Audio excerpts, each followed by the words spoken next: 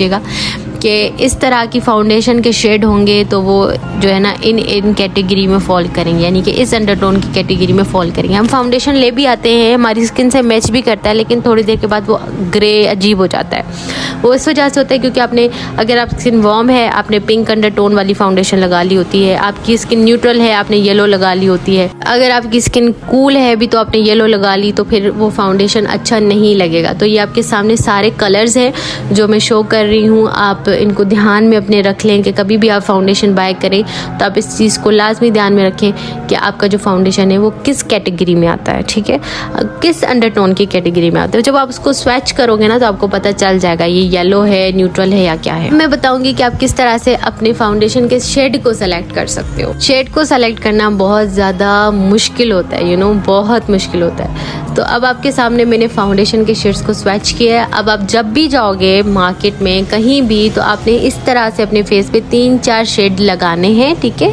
Jaw line के ऊपर आपने लगाना है, थोड़ा सा चीक से लेके जॉ लाइन से नीचे तक आपने लगाना है थोड़ा सा फाउंडेशन।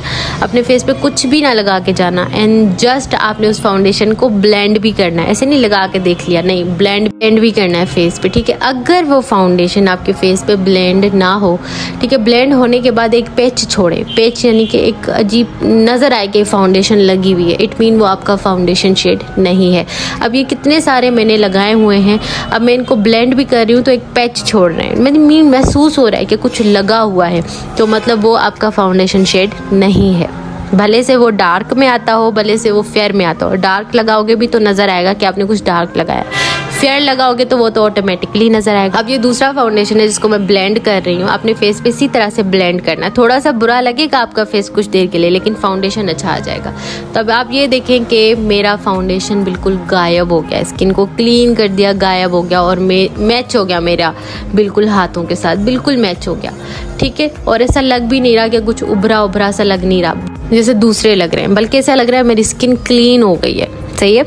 इसी तरह से आपके फेस पे फाउंडेशन गायब हो जाना चाहिए, इट मीन वही आपका जो है वो राइट शेड ऑफ फाउंडेशन है। और अंडरटोन जो है वो आपको देखने में ही पता चल जाएगा कि ये येलो है या फिर क्या। मोस्टली मेरे पास जो फाउंडेशन के शेड हैं वो येलो में आते हैं क्योंकि मुझे येलो ज़्यादा पसंद है बनिस्बत पिंक के, ठीक है। अब देखें कि फाउंडेशन बिल्कुल गायब हो चुके। अब मैं आपके सामने लिक्विड फाउंडेशन को जो है वो करती हूँ ब्लेंड। अब ये वाला जो फाउंडेशन का कलर है ना, ये मेरी स्किन से मैच करता है, यानी हाथ की स्किन से मैच करता है। हाथ पे आपने कभी भी नहीं लगाना क्योंकि आपके हाथ का कलर और आपके फेस का कलर डिफरेंट होता है, तो आपने हमेशा अपने फेस पे लगाना है। खासकर ये जो कान से पहले वाली स्किन होती है ना, कान के साइड पे जो स्किन होती है ना, यहाँ पे आपने लगाना है, यहाँ पे आपका फाउंडेशन अच्छे से ब्लेंड भी हो जाता है। और ये